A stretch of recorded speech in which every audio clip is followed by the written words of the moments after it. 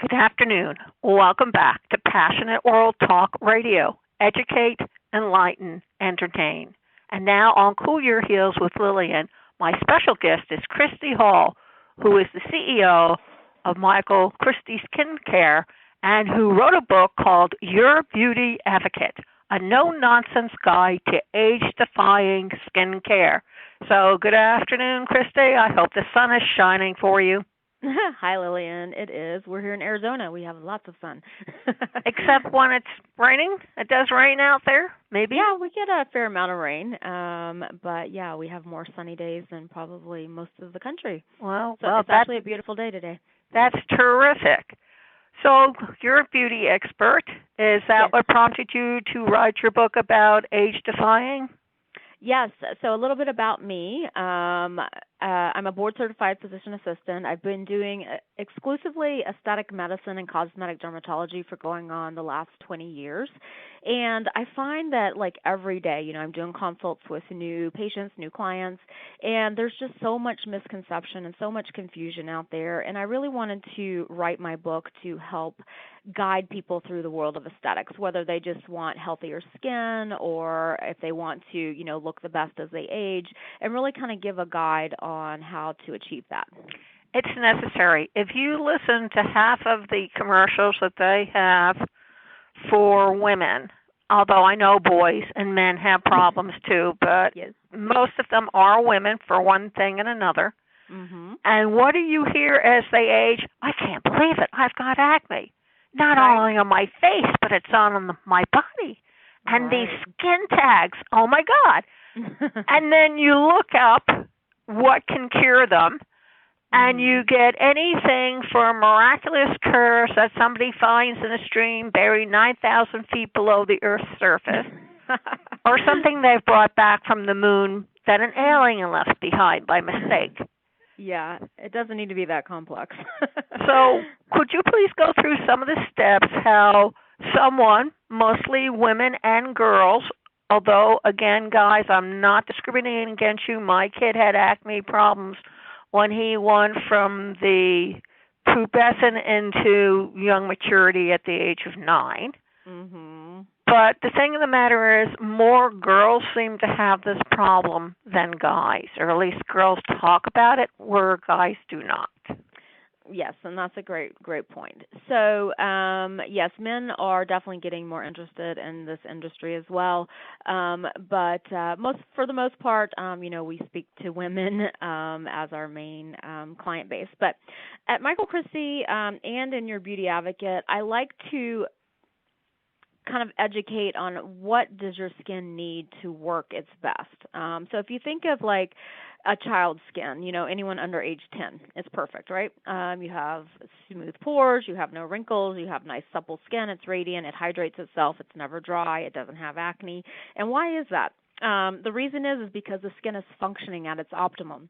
And so what happens as we get older is the epidermis, which is the outer layer of skin, starts to slow down its natural exfoliation process.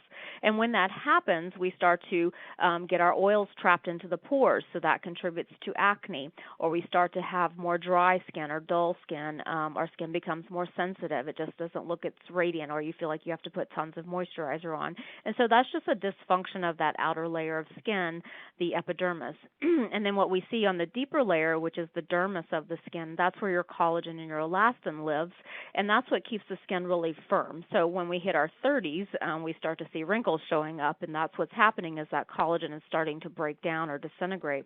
And, so when we're looking at choosing skincare products, we need to choose products that are going to make the skin function better so that we're rejuvenating it and making it take care of itself like it did when you were younger. And then we also have the damage from, the external, like the sun and pollution and all of those kind of things.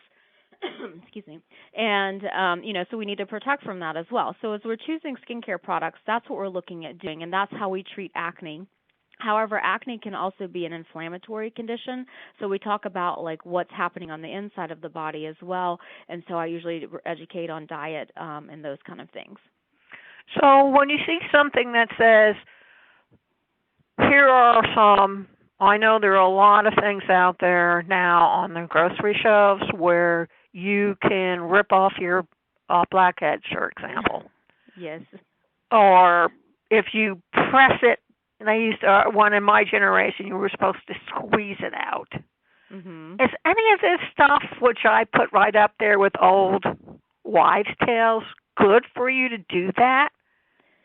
I'm not a big fan of any kind of physical trauma to the skin itself. So, like waxing or ripping off things off of the face. Your facial skin's really delicate, and it can be easily damaged. And I'm not a fan of like scrubbing the skin either. So you don't want to use a washcloth on the face or, anything abrasive on the facial skin. What those are doing are kind of physically treating a problem instead of getting into the skin to make the problem not happen to begin with, if that makes sense.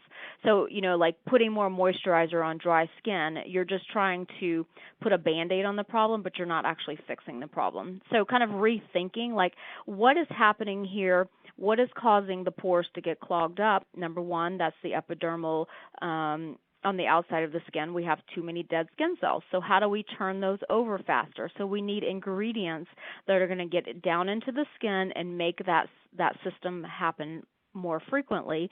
And certain ingredients like alpha hydroxy acids, which are like your glycolic acid, lactic acid.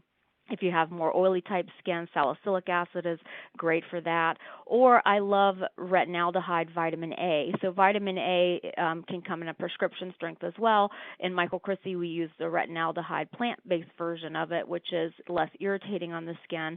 But those ingredients get down into that epidermal layer and then turn those cells over faster so that you're not physically having to remove the dead skin cells or cleaning out the pores. They're just not happening to begin with. Should you be using any of those alcohol-based products? Alcohol is very drying to the skin. Again, we don't want to over dry the skin. That does not decrease oil production. If you're an acne prone person, it's just going to over dry your skin, and then your skin's going to freak out a little bit and then produce more oil. So it's kind of like creating a vicious cycle. So over drying the skin or over stripping the oils out of the skin is not the treatment for acne. The treatment for acne is to turn those cells over faster so that we're not getting clogged pores. We're minimizing the oil production by keeping the oils kind of coming out and hydrating the surface of the skin like we need it to and not get trapped underneath the skin. Now with acne, we also need to work on the inside. Your diet plays a huge role in the amount of oil production that you have. And what I find for inflammatory skin conditions like acne, rosacea, is it may be something that you're doing inside that's kind of making that inflammation happen. And so for instance, like dairy products for acne, we know kind of increases the oil production in the body because it's increasing the androgens or the male testosterone, the male hormones in the body to make you produce more oils. And that happens as you get older, naturally, because as a woman, our estrogen and our progesterone levels kind of naturally fall, and then you have a little bit of an imbalance there. So we want to make sure that we're not contributing to that imbalance by ingesting things like dairy products or meats that have a lot of growth hormones or things like that in it that are going to promote that androgen production and increase the oil production as well. Is that the same kind of treatment you would use if you have acne on your body? Yes. Okay, folks, listen up. These are for everybody who has acne under their breast or on their back, and you ought to take note because this is important. Yes. So, once we get it kind of everywhere, then we know that that's kind of a full body inflammatory process. So really cleaning up the diet. So when I teach diet, I really recommend that you try and eat a mostly plant-based diet, whether it's 100% plant-based or at least strive for 85 to 90% plant-based, because that's naturally going to give you a lot of antioxidants in choosing vegetables that are, lower in starch. All those great antioxidants are very anti-inflammatory, so they're helping kind of minimize the inflammation in the body. And then that's going to minimize like any hormones that you're getting from animal products as well.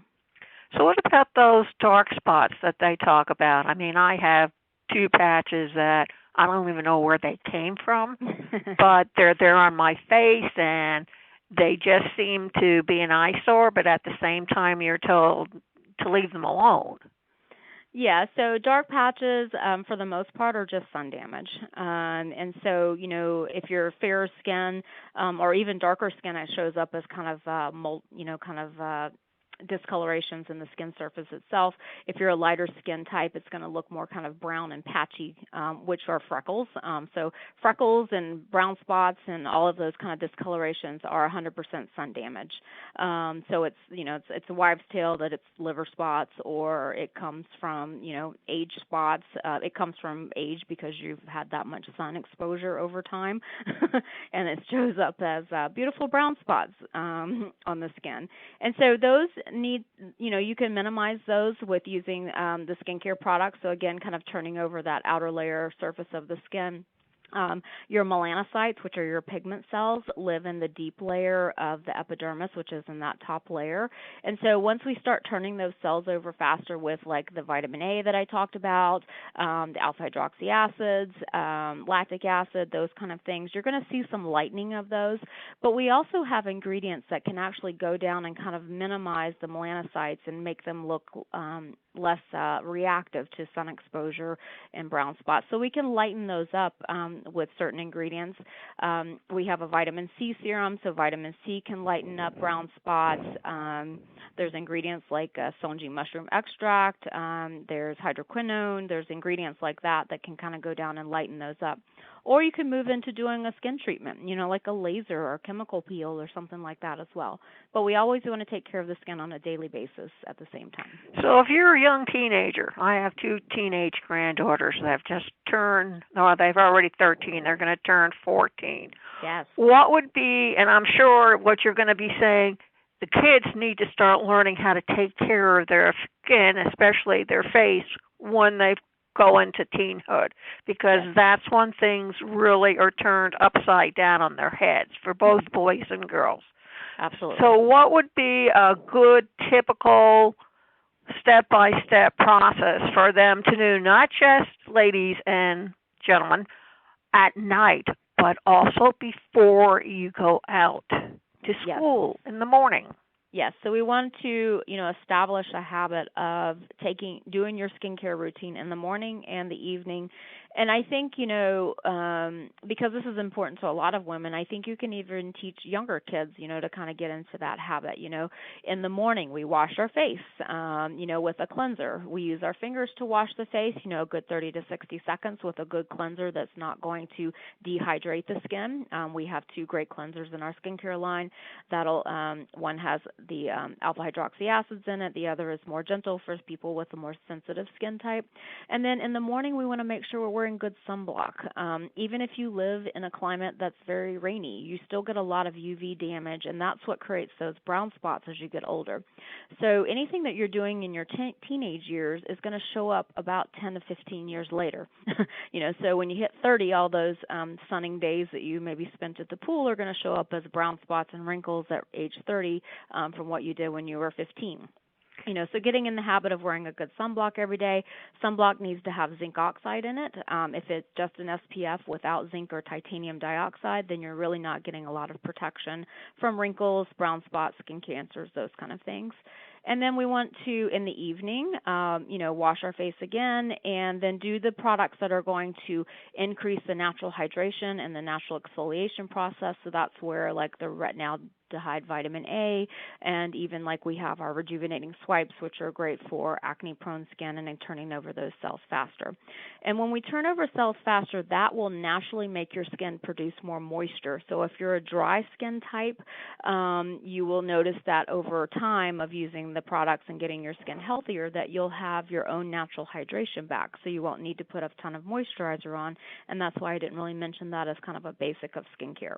Yeah, I'm glad you said that. Now, what about the soap? There are all kinds of different soaps out in the market. They come liquefied. They come with lotion already put on it, so you don't have to bother to do it when you get out of the shower. They have organic soap. They have natural soap. They have ivory soap, which has been around 1,000 years.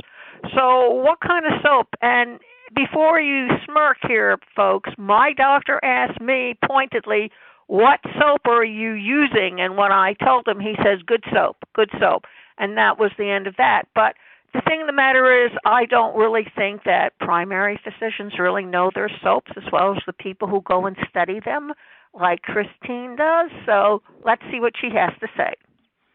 Great question. So cleansers are very important. So we don't want to use like bar soap that you would use on your body. We don't want to use high alcohol content soaps, and you really want to kind of choose a soap that is not made with a lot of sulfates in it or a lot of drying ingredients. So choosing something that's more plant-based, like in our skincare line, we use coconut-derived foaming agents that are very safe and very gentle on the skin. So we don't want to dehydrate the skin when we're cleansing. But using like a bar soap and even just your water will throw off the pH of your skin. So the pH of the skin is important because we have, just like in our gut, we have a lot of bacteria that live on the surface. And these bacteria work kind of synergistically with your body to help prevent acne or prevent inflammation, prevent rosacea, so they keep your skin really healthy. And if you throw the pH of the skin off, then we start to get an imbalance. So this is another part of acne where you get this imbalance, and then the acne bacteria kind of proliferate, and then we get a lot more acne bacteria crawling around on the skin. And so we want to keep that nice pH balance going. So using a cleanser that's made for facial skin is always important. You don't really want to use one that's super drying, like a bar soap like Dial or Ivory, those kind of things. Yeah, they really do damage to your skin. Yeah, because they're going to throw the pH and they're going to dehydrate it a little bit too much. So you want to use a facial cleanser that's more gentle on the skin. I used Dove, and he seemed to be very happy with that. But I also, when I told him the kind of lotion I was doing, he told me to use Vaseline because he considered it superior to the other lotions that were out there. So the way I approach skin is, and I live in the desert, so if I can have great skin here without moisturizer, then anyone can have it anywhere, okay? So if you listen to what I'm saying is you don't need to apply a moisturizer. If you especially if you have acne-prone skin, so like for you, what purpose do you feel like the moisturizer is doing for you? Keeping my dry skin from flaking. Okay, so flaking skin is not necessarily a dry skin state. It just means that there's too many dead skin cells on the surface. Okay. Okay. So what fixes that is getting all those dead skin cells off the surface. So we need to increase your natural exfoliation, because you also said that you have. Do you have acne or? I have acne on my face. I got on my scalp. I got acne on my main chest area, and I'm very. I didn't have any acne when I was a teen. For whatever the reason, I had a clear face until I hit 30, 40, and then all of a sudden my face got really oily. Never was oily before. I mean, I could blot paper off of it. It was so bad. So with that, it's all about increasing the exfoliation kind of turnover process, because if you're having acne, we know that you're producing a lot of natural oils, so you really shouldn't need more moisturizer. You just need to get the dead skin cells off, therefore you won't see the dry, flaky skin. Does that make sense? It makes sense, because you do that from when you trim, you take the dead skin off the back of your heels and the bottom of your feet. It's the same concept, isn't it? Getting all that dead skin off? Yes, but again, it's not a physical thing. We want the ingredients to do it right, for you. I understand that. Yes. Okay. So, that's where, thinking of a moisturizer, moisturizers have no anti-aging effect, and if we want to kind of approach the skin like, I want my skin super healthy my whole life, I want it to not have as many wrinkles, I want it to have smooth pores, then that's about, keeping the skin producing its own moisture. So adding in, the retinaldehyde vitamin A, which is our Vital A serum every night, will help with that. Our rejuvenating swipes will also help with that. Just doing those two things, after doing that for about 90 days, you will notice that your skin is so much less dry. You're producing your own moisture again. For you who has an oilier state, you'll notice that you're not overproducing oil anymore. So it can be really simplistic, and it's all about just thinking about what is going to make the skin work better, and not trying to put Band-Aids on problems and trying to fix it that way. So is that the same concept for your hands? Yes. The skin on the body is a little bit more challenging to treat topically because you have less pores and the skin is thicker. So facial skin is really easy to kind of reverse with skincare products because we have lots of pores. The skin readily absorbs all the ingredients. Your body skin can take a little bit more time to see the change, but yes, you treat the skin over your entire body the same way. So older ladies, take heart. Maybe you're over-medicating yourself with all those lotions. Yeah, so lotions are, if you feel dry, like after you've put all of your steps on. So like for me in the morning, I wash my face, I put my vitamin C on to work as an antioxidant, and then I put my sunblock on. Some mornings I feel more dry, and those are typically mornings like when we've turned the heat on in the house, and now we have extra dry, air around us. Or I'm an outdoor lover, so I do long distance running, so if I've gone for a long run, that in itself dehydrates the skin. So those mornings I might feel like I need a moisturizer, but for the most part, I don't use moisturizers because my skin is super healthy and it produces its own moisture. And again, I live in one of the driest climates in the world. Yeah, which would be helpful for people who live in the type of climate where it gets very humid and very hot, which is, I lived in Houston for 14 years. And so you would come in and your skin would need something. So you would put a little Noxema on. And to make yourself feel a little bit better, especially if you sunburned yourself. Noxema was the stuff you put on. I know that dates me. What can I say? Bad. Yeah, but that was what the or palms of face thing that you used to use. I mean, those were the gods of the industry then. Now it's oil of Olay. Right. So, so again, it's just about thinking, and, we make this really simplistic. If you want to, research all the ingredients, there's other great lines out there, but at Michael Christie, we just make it simple for you. And, if you, kind of work with our products, or you can read my book. I go into, all this great detail of the ingredients if you want to learn more about that. And you can find that at yourbeautyadvocate.com. And, if you want to kind of go into the in-depth science of it as well. Now, is the same routine also for the boys too? Boys and men, they do the same kind of thing with their skin that the girls and ladies do? Absolutely. So, that's kind of another misconception, is that you need to know, like, everyone's skin is different. Skin is skin. All skin works the same, just like all of our hearts work the same, right? Our lungs work the same, so your skin's working the same. So it doesn't matter what skin type you have. It's all about making and treating that skin to function better. So we know that the skin needs to turn over its cells on the surface. We know we need to build collagen, and we know we need to protect the skin and cleanse the skin. So 4 simple steps, as long as we're treating all of those. And again, that can be really simple, and with washing the face in the morning and sunblock in the morning, washing the face in Vital A serum in the evening. That hits all of the main bases. And then we can go beyond that if you want more anti-aging results with adding in vitamin C's or peptides. But it doesn't matter, male, female, or any skin color. They're all kind of the same. Any skin condition, they're all the same. If you have very sensitive skin, we take it a little bit slower, but we're still doing the same process to get it healthier. So can I ask you, is waxing your eyebrows or under your lip or plucking your eyebrows or some of the other things that were done and they're still being done, is that considered a no-no then? Plucking, tweezing are completely fine. I'm not a big fan of the waxing on the skin. Now, there is something called sugar waxing, which is more gentle, but anything that's going to really rip at the skin and be a little bit traumatic to the surface is damaging your collagen layer.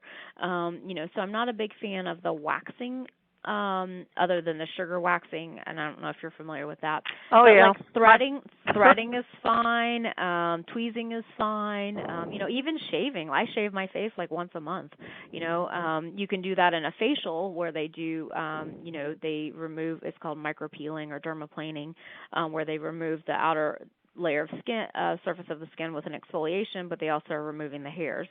But you can do that at home as well, and just take a razor and shave your face once a month. It's great exfoliation. If you look at men, they rarely have any sun damage in their beard area. They rarely have wrinkles in their beard area, and it's because they're constantly stimulating that skin with shaving. I didn't know that. Now, that's an interesting thought. Yeah. So, Christine, please tell everybody where they can find your book, where they can find you, how they can get in contact, take a look at your products, the whole 9 yards. Absolutely. So if you're interested in reading my book, go to yourbeautyadvocate.com, and you can get a copy from Amazon there. And if you're interested in skincare, go to skincare.mk, as in Michael Christie, so skincaremk.com. And if anyone that signs up for following us as a subscriber online, I'm offering to send you a free cleanser. So I'd love to kind of connect with you. We also have a skincare concierge where you can talk to me on there. We can kind of do a virtual consult if you have specific questions about your skincare. But I'm here to help, and I'm here to educate, and I want people to really understand, like, what does the skin need? Let's stop wasting money and time, and really, kind of do the right steps and make it very simplistic so that we're going to get the outcome that you want. Absolutely. Thank you very much. Ladies and gentlemen, adults of all ages, children of all ages, you can hear this interview with Christine Hall all over again at https://passionateworldtalkradio.com. Scroll down right-hand side, find Cool Your Heels, click on it, and you'll see it. You can also hear it on iHeartRadio, iTunes, Twitter, LinkedIn, YouTube, Spreaker, Spotify, ALEXA, Podcast, Podchaser. We're all over the place. You can't miss us. And for those who do not believe in technology or don't know how to use technology, there is a sizzle line equivalent to a phone line. Just put in the numbers, and the interview will start up immediately. And before you go away and stray, Goff had this to say in 1803, great necessity elevates man, petty necessity casts him down. Thank you all very much for listening, and remember, until next time, please stay healthy. Thank you.